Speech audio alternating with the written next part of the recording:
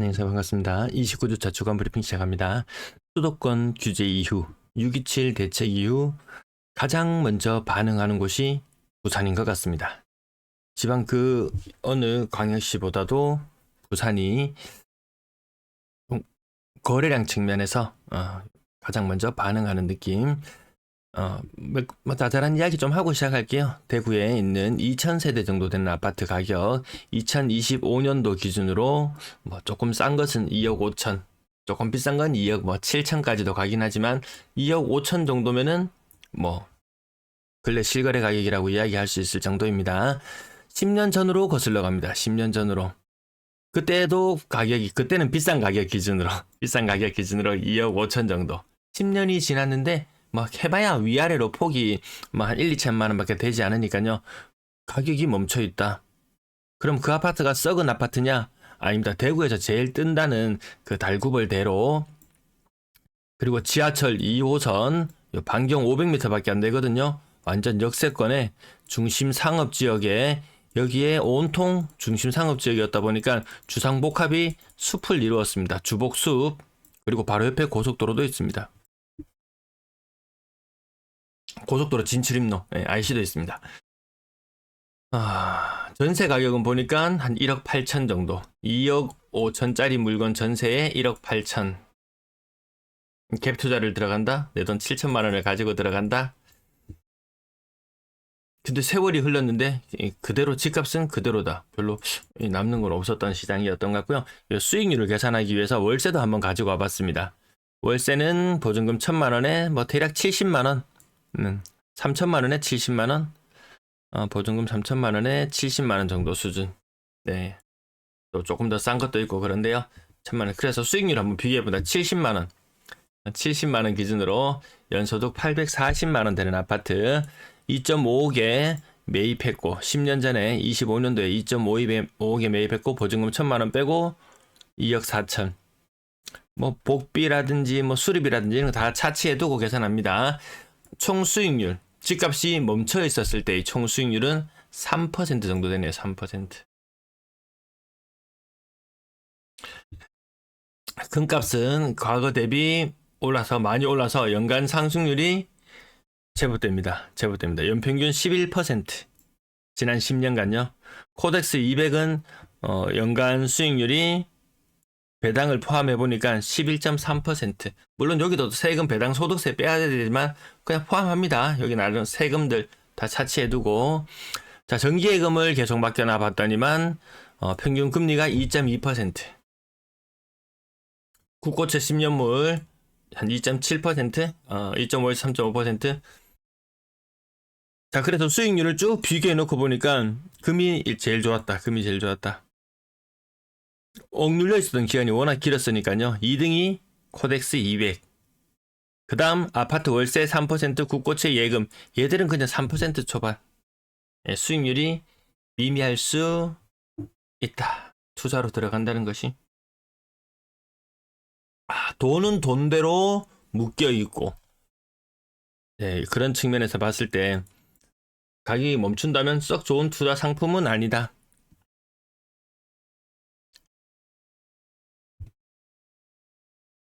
자, 주 내용으로 들어가겠습니다. 바로 여기 부울경 대구까지 아울러서 영남권의 이 전문가분, 요분 댓글을 한 번씩 보실 필요는 있을 것 같습니다. 이분은 이제 진입한다고 합니다. 몇 년 벼랐습니다. 과거에 많은 성공 사례를 가지고 계신 분이에요. 앞으로 5년. 그 이유는 또 잘 모르죠. 그 이유는 잘 모릅니다. 20년에 한번 올까 말까 한 기회가 올 것 같다. 울산 현재 대장주들 신고가 행진. 다른 지역보다 울산이 신고가 비율이 조금 높습니다. 울산은 하반기에 상승으로 갈 것 같고, 뭔 놈의 대기업이 다 들어갑니까? 뭔 놈이 대기업이 다 울산으로 몰립니까? 대구는 26년도에 반등을 본다고 하셨고, 부산은 이미 거래량 측면에서는 반등하고 있는 것 같고, 아무튼 이분도 부산은 안 가시는 모양이에요. 울산에서 초기에 적당히 하다가 대구로 올 예정. 이재명 돈 풀기 시작했고, 근데 이 돈이 어떻게든지 악착같이 지금 부동산 시장으로 흘러가는 것을 막으려고 하고 있는데 정책에 맞서는 것이 과연 쉬운 것인가? 한번 고민해 볼 필요는 있고요. 자, 그 전력 이야기 나옵니다. 갑자기 데이터 센터가 이 영남권으로 오는 이유, 아마 저는 전력 요금제, 차등 요금제나 이런 것들이 적용될 겁니다. 적용될 거고, 뭐 그로 인해서 이런 것들이 올 수 있다. 사실 산업하기에는 영남이 좋은데 인재가 없어서 문제죠. 반도체가 오기 위한 사전 포석인 것 같다. 이런 말씀을 하시는데, 반도체 저는 오기가 쉽지 않을 것 같아요. 인재가 안 내려오는데, 인재가 안 내려오는 문제 때문에 그렇습니다. 어쨌든, 여기 전문가도, 부산이 없었네요. 저는 부산이 있는 줄 알고 이 댓글을 가지고 왔는데, 여기 있습니다. 대구, 부산, 울산 쪽에 폭등장이 올 것으로 예상한다. 요번에 예상은 요러하고, 저는 2027년이면은 아직까지 내년이나 내후년이나 아직까지 이번 정부 지금 이제 27년대도 중반밖에 되지 않습니다. 이렇게 권력이 누수되는 그런 시기는 너무 좀 이르죠. 집값 폭등을 자시하지 않을 것 같아서 아무튼 저는 죄송합니다. 이번 정부에서는 좀 빡빡하지 않을까. 그럼에도 불구하고 시장의 반응은 오더라. 매수 우위지수 부산 대선 직후의 기대감 18까지 올라갔던 것이 살짝 꺾이나 싶더니만 다시 18. 이 서울이 꺾여 내려가면서 다른 지방들도 같이 이게 매수 우위지수가 같이 꺾여 내려가고 있었거든요. 물론 울산 예외. 울산은 아니고 다시 부산은 18 수준까지 여전히 낮은 수치이긴 하지만 매물이 안 줄어드는 게 참 아이러니하죠. 매물이. 구주택이나 이런 것들이 계속 나올 수밖에 없습니다. 그리고 정부에서 6억 이상 대출을 제한해버렸죠. 그래서 이 이야기 나올 때 6억 이상 빚내가지고 집 그거 하는 사람은 10% 정도도 안 된다라는 이런 기사를 본 적이 있습니다. 사실 부동산 집값을 띄우고 들었다 놨다 하는 것은 실제로 모든 사람들이 다 투입되는 그런 완전 대세 시장이 아닌 다음에는 이 선도적으로 한 10% 정도도 안 되는 사람들이 시장을 들었다 놨다 하거든요. 그래서 사실상 들었다 놨다는 주체를 거의 소멸시켜버렸다. 이렇게 봐도 됩니다. 투자로서는 이제 끝났다. 지금 이 상태라면 얘를 들쑤시는 사람들이 있어야지 시장 전체가 위에가 먼저 오르고 낙수 효과 아래에 있는 애들도 또 한 번씩 이렇게 계단 점프하는 이런 현상이 있을 건데요. 위에를 다 틀어막아 버린 이런 상황. 자, 부산 18까지 겨우 18이라고 할 수 있지만 바닥은 제법 되어 보입니다. 그리고 아까 아파트 10년 전에 대구 아파트 가격 이야기 해가지고 와서 부산은 사실 이 폭등기 저 차트에 나오나요? 부산의 폭등기 여기 앞쪽이 좀 잘려 있긴 한데 여기에 이 구간에서 여기 있구나. 여기 엄청난 폭등 맞고 나서 하락을 한 이후에는 여전히 높다는 인식은 있습니다. 대구보다는 평균적으로 비슷한 느낌의 곳에 살려면 한 30%, 심하면 40%까지 더 줘야 되는 그런 문제가 있음에도 불구하고 거래량의 반응이 온다? 근데 매물도 계속 나온다? 여러 가지 풀지 못한 난제들이 남아있긴 합니다. 서울은 99.3까지 치솟았던 매수 우위 지수가 55까지 반토막이 나버렸습니다. 살려는 사람이 없어요. 왜? 이 부동산 시장을 들었다 놨다 하는 그 주체의 돈줄이 막혀버렸거든요. 자, 서울은 0.43에서 0.4를 거쳐서 0.29, 0.19까지 자, 붉게 물들어 있는 곳이 더 이상은 존재하지 않더라. 그 가운데 부산의 변화 0.04, 0.03, 0.03, 0.02까지 아마 이거 조만간에 보아 볼 것 같습니다. 지금 부산이 한 2년 3개월 정도 되나요? 이게 너무 마이너스가 너무 오래 지속돼가지고 기억도 못 하겠습니다. 이 정도로 조만간에 이게 보합권까지 올라오지 않을까 이런 생각은 해봅니다. 그럼에도 불구하고 집값이 폭등할 거라고 생각하느냐? 저는 그렇게 생각하지는 않습니다. 시장이 반응을 한다. 그거는 있는 그대로 보되 서울도 폭등 새로운 민주당 정부가 들어서고 지가 계속 폭등할 것처럼 이야기는 했지만 뭔가 탁 막히죠. 바닥을 계속 기고 있으면 뭔가 뜨죠.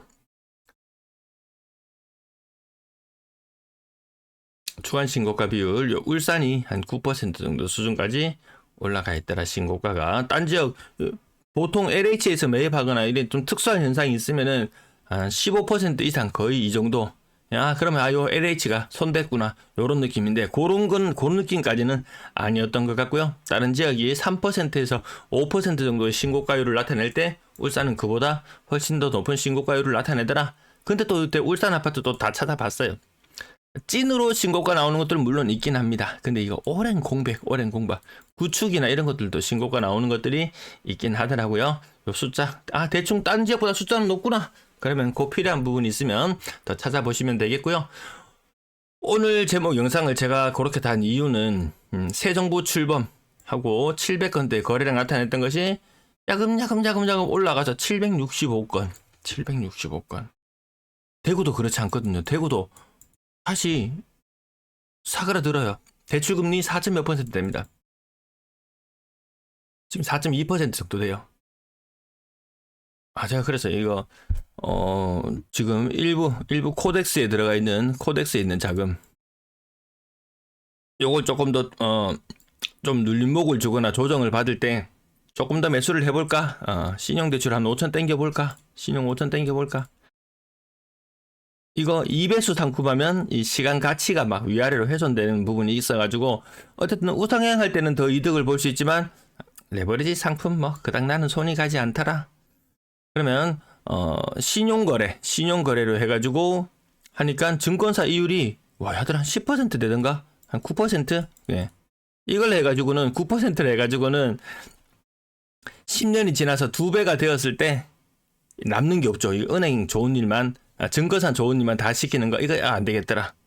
그래서 어제 신용대출을 한번 알아보니까 금리가 4.2%까지 카카오 기준으로 4.2%까지 지난번에 줘야 할 때는 5% 넘는 상품도 있던데요. 근데 5% 이거 대출 받아가지고 여기에 몰빵을 해서 투자를 한다? 10년을 바라본다면 이거 은행 좋은 일 다 시키는 것일 것이고 뭐 향후 3, 4년 내로 온다. 그러면 아파트 뭐 전세 끼고 갭 투자하고 이랬던 것 마냥 아마 수익률은 얘가 조금 더 나을 것 같습니다. 물론 뭐 무주택자거나 이러신 분들은 실거주 한 채는 일단 기본적으로 깔고 뭐 투자를 하고 해야지 이것들을 이겨낼 수 있지. 이 등락이 있는 이런 상품들은 견디기 힘들 거예요. 아무튼 서울이 거래량 폭망하면서 인천의 거래량은 다시 완전히 주저앉아 버렸고요. 광주는 최악입니다. 광주는 이 투자로서는 쳐다보지도 말라는 말씀을 제가 계속 드립니다. 세대당 그 근거는 세대당 아파트 수가 제일 많다. 다른 지역이 뭐 1.4세대당 아파트 한 대 있으면은 1.6세대당 뭐 1.7세대당 아파트 한 채가 있다면 광주는 1.4세대당 아파트 한 채거든요. 일단 얘는 제껴놓고 대전도 그렇게 강한 모습 보여주지 않죠. 울산은 요때 이후로 워낙 셌기 때문에 이 워낙 호재가 너무 많잖아요. 호재가 넘쳐나는 부산 울산 아닙니까? 진짜 호재가 넘쳐나는 부산 울산입니다. 울산도 조금 살아있는 모습. 근데 울산은 서울 부산이 셌을 때 서울 인천이 셀 때 수도권이 셀 때 울산도 거기 같이 묻어갔습니다. 샤인드라 프로젝트부터 시작해서 뭐 손만 댔다 하면 막 돈 한 덩어리씩 아닙니까? 자, 요런 여러 가지 측면을 봤을 땐 현재로서는 부산의 거래량이 가장 눈여겨볼 만하다. 7,600건 정도의 거래가 4주 한 달에 3,000건 이상 거래 나오는 기세로 가고 있고요. 여기에 발맞춰서 분양권의 거래도 늘어나고 있더라. 그거는 1일 브리핑 때 한 번씩 다뤄드릴게요. 자, 부산이 뭔가 확 맞죠? 그 이전과는 달라진 느낌. 대구랑 놓고 비교해 보시면 대구는 그렇게 치고 올라가지를 못하잖아요. 다른 곳들도 비슷한 실정.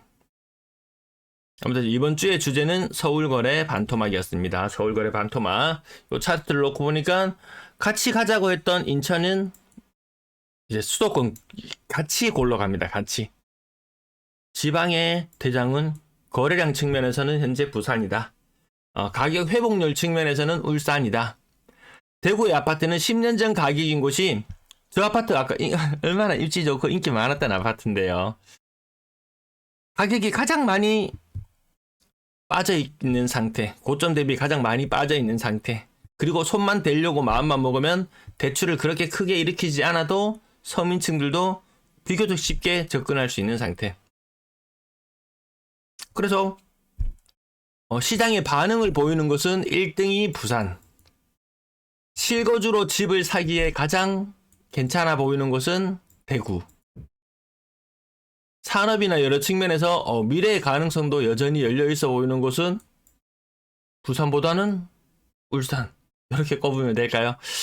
돈 많은 사람은 입맛대로 골라가고, 근데 이 부동산 투자 상품이라는 것이 그 제일 비싼 아파트, 돈을 가장 많이 투입하는 아파트, 이런 곳에 들어가면은 1년 최대 연 10% 정도 수익률 볼 수 있을지도 모르겠어요. 아마 그 이상은 기대하기 힘들지도 모르겠어요. 물론 또 집값의 절반의 대출을 내면 수익률이 뭐 2배로 증가할 수도 있겠죠. 근데 그에 대한 다른 책임은 자기가 져야 된다.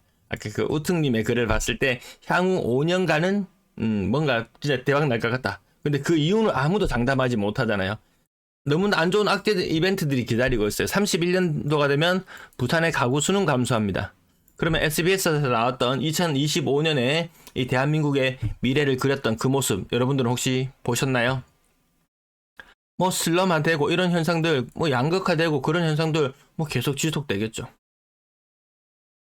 아파트라고 해서 모든 것이 다 되는 것은 아니더라. 지금의 주택시장이 저물어 갔던 것처럼 아파트 시장 중에서도 또 과거의 주택과 그 운명을 같이 하는 것들이 있더라. 자, 부산의 거래량 3,000건에 육박하려고 하고 7월달의 기세는 사실 더 무섭다. 더 무섭다. 부산.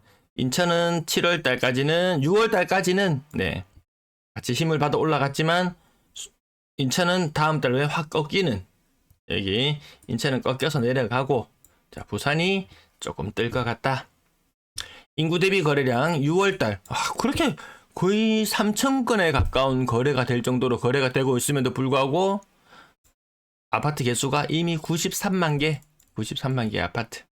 인구 500만에 육박했던 부산의 인구는 328만. 이래 될 줄 누가 알았겠습니까? 아니 인구가 이렇게 많이 줄어드는데도 집값은 올랐다고 라고 이야기하시면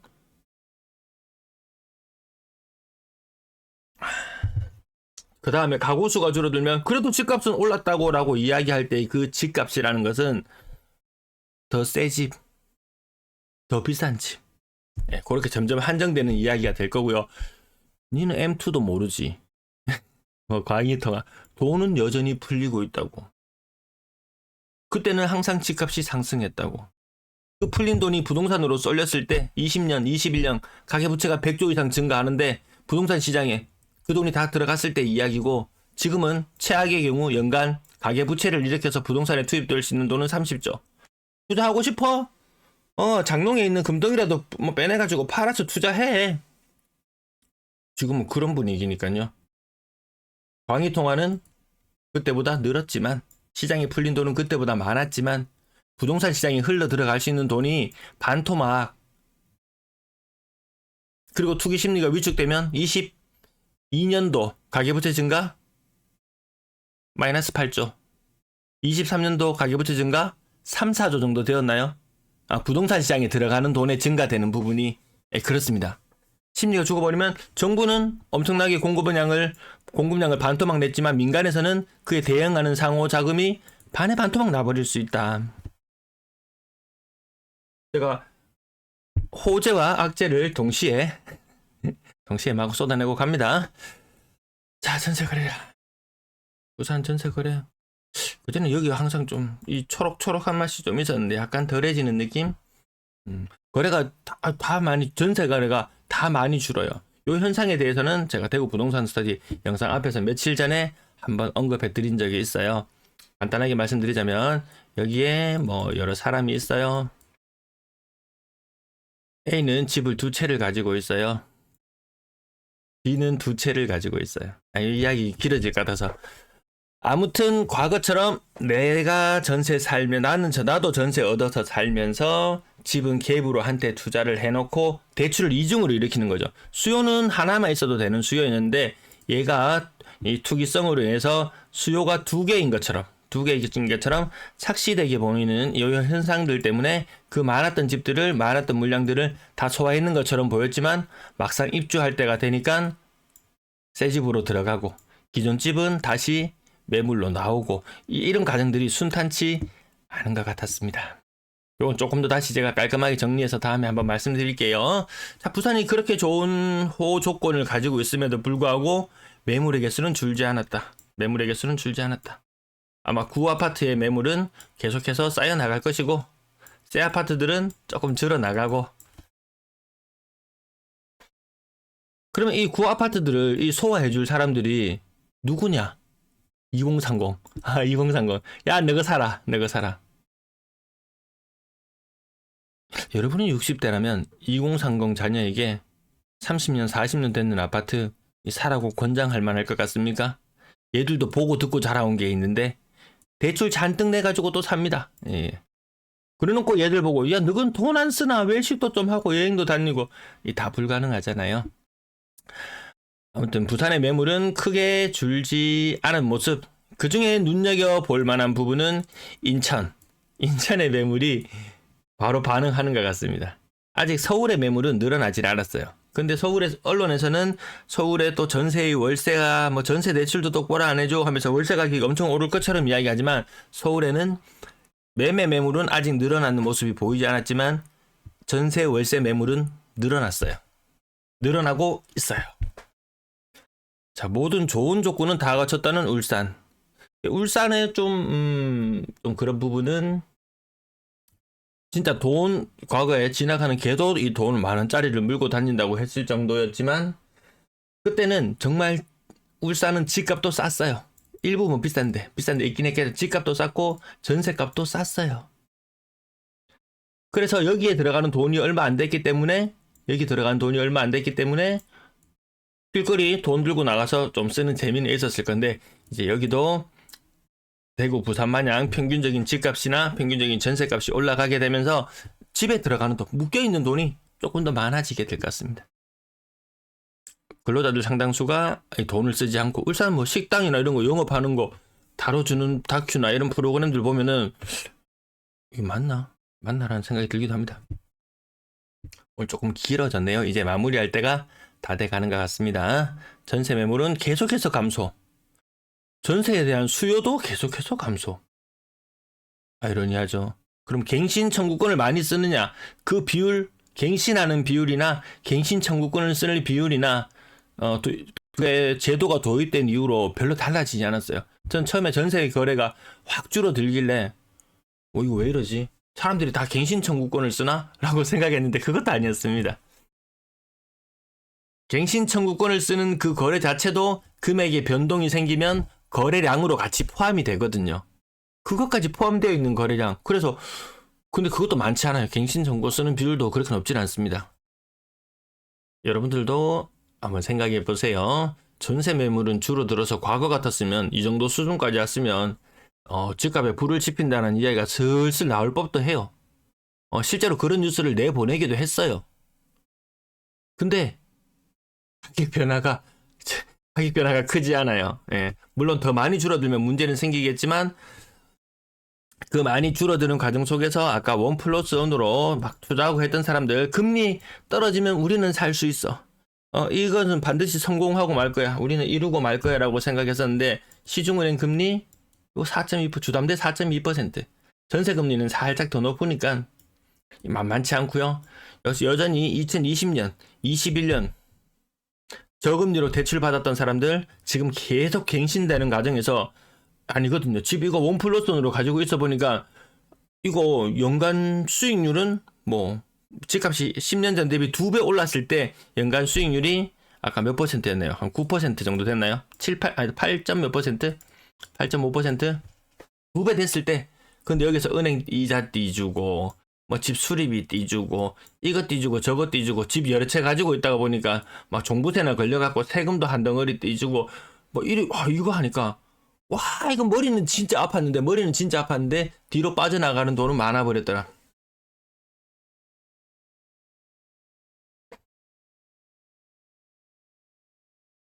제가 요즘 자꾸 증시하고 빗대어서 말씀드리는 것은 제가 사서 그렇게 말씀드리는 건 아니고 이 수익률이라는 것이 그렇게 크지 않을 수 있다. 이 마음 고생하고 이거 한번 당해본 사람은 압니다. 이거 당해본 사람은 알아요. 돈 흐름 막히고 돈 구할 때는 없고 내가 이 고생을 했는데 뭐 수익률이 이거밖에 안 돼? 수익률이 이거밖에 안 돼? 이런 이야기가 나올 수도 있거든요. 그래서 증시에 대해 이게 뭐 투자하라 이런 이야기가 아니고 이 주택시장의 수익률이 그리 크지 않을 수도 있고 물론 앞으로 다가올 호재도 있지만 여러 가지 위험 요소들도 있다는 것을 두루 살피셔서 투자에 임하실 분은 임하시고 실거주 측면에서는 이 혼란스러운 시기에 과연 또 어떻게 변화될지 나에게 최선의 방향은 무엇인지 고민해 보시는 시간 되었으면 좋겠습니다. 시청 감사합니다.